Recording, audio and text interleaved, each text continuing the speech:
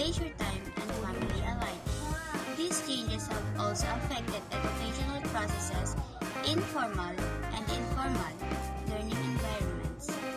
Public institutions such as childcare settings, schools, universities, and further education providers cease on-site teaching and move to distance learning or close them completely. These sudden changes have taken a toll on schools, families, and society in general. Educators for all age groups, from early childhood to further education, have had to switch from traditional in-class settings to various forms of distance education and develop methods to stay in touch with parents and students. Often, this has required adopting new educational strategies for digital teaching, synchronous and asynchronous, which is still an emerging phenomenon in many educational settings. For students, the lack of structured in-class learning settings may have required more self-regulation and self-motivation to learn with less support. So today, we have prepared something special. We will be having guests from Manhattan University discuss with us their insights on how they are coping with the new normal, how their lives have been affected, and how the pandemic changed their perspective as a student.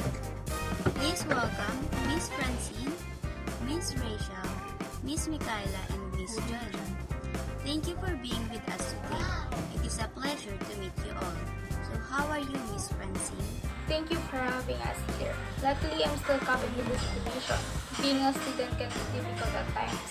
The COVID-19 pandemic has made education and life in general even more difficult for young people.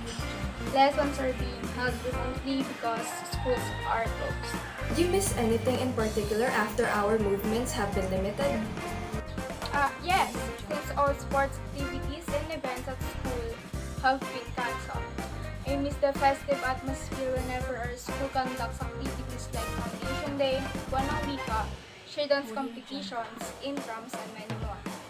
Now that friendships and relationships have moved to live chats and video calls, I tend to reminisce on times when me and my friends go on a food trip after class, and the times when we will go at our classmate's house for groupings but end up eating and barely finishing the last.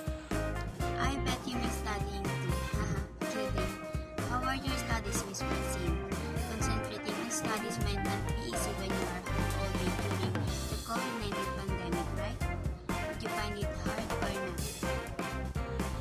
My perspective to studying is like studying has become more difficult in this pandemic because not everyone truly understands what is being taught.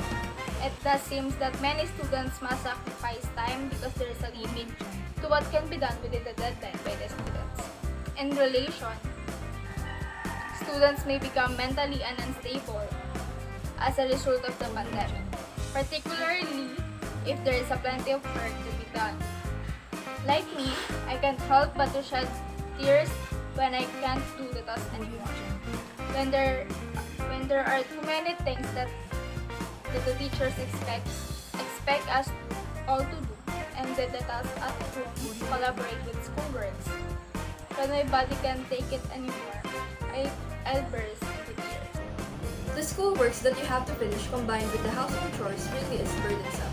Hang in there, Miss Francine. These hardships will soon pass and someday we will look back at them as memories in the past. How about you, Miss Michaela? Have you come across some realizations? When this pandemic happened, many things have changed. We all thought that this will just be a month-long quarantine, but unexpectedly, up until now, we are still fighting against this virus. This pandemic does not just change the way I live, but this pandemic also changes my perspective as a student. Back then, I don't think that education is very important, and I don't value education that much. But when this pandemic happened, and we transitioned from face-to-face classes to online classes, I think I was wrong about my perspective about education. This pandemic helps me to see that education is very important, and I shall be grateful that I still have a chance to attend classes even in this rough time. Sadly, many students have stopped. It is because they can't afford to attend online classes because of the pandemic, and life now is very difficult. I think that having the privilege to attend online classes is enough reason for me to change how I see education. Now I think that education is really important. It is the primary key to having a better life. Education can help us to expand our vision and outlook to see the world. Lastly, this pandemic changes my perspective that taking care of your physical and mental health is very important. Taking care of my physical health can reduce the risk of me getting the virus and other diseases. Next is, I learned that my mental health is also important. As a student, it is very important that amidst all the stress that I am experiencing because of online class, I should look after my mental health. Being psychologically well can be helpful for my academic success and to have a better life as a whole. This pandemic leads me to some realizations about life, and I think it helps me grow not just a student but also as a person. What a wonderful insight, Miss Mikala. Many of us are feeling overwhelmed and even helpless, but shifting to a more positive outlook can help get us through these tough times. This, of course, is not always so easy to do because it takes a conscious effort. Yes, I agree with you, Miss Irene. Dwelling on the negatives will not change anything, so we must try our best to adapt to the situation. In my opinion, because of this pandemic, we seniors are affected not only physically but mentally and emotionally as well. Through these battles, I have learned many lessons about life. I have learned to never take anything for granted and to be selfless in the wake of mass selfishness. With COVID-19 in just a few months, the entire world been turned upside down, and we seniors were not able to experience many different milestones. The senior before us, we are able to be part of those same exact milestone we have been looking forward to throughout our high school year. Since it was our senior year, we sadly missed out on proms, traditional gatherings, traditional graduations, and simply seeing our friends every day at school. No one could have expected that the last day we would be able to see our friends and classmates in person would be the day before spring break. Instead, we all said our goodbyes and went our separate ways, expecting to come back in a week and tell our stories. However, with the crucial state the world was in, we were never able to do that.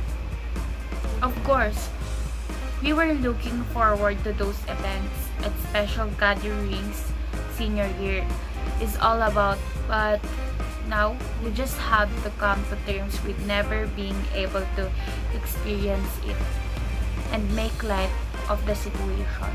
The students and teachers struggle with the isolation of distance learning.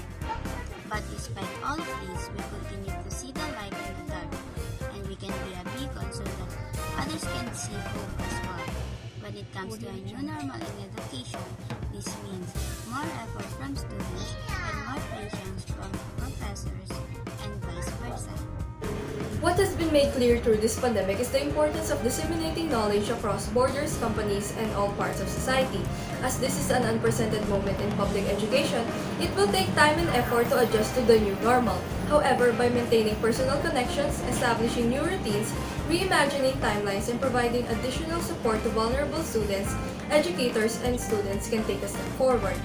We may not be able to replicate a classroom during a pandemic, but we can certainly apply flexibility and fortitude to keep students learning in the days ahead. Well, it's time to wrap up the show. Thank you for your time, and I hope you enjoyed our talk. Thank you for our lovely guests for joining us today. Remember that we can only overcome this by accepting and adapting to the new normal and by working together. Join us tomorrow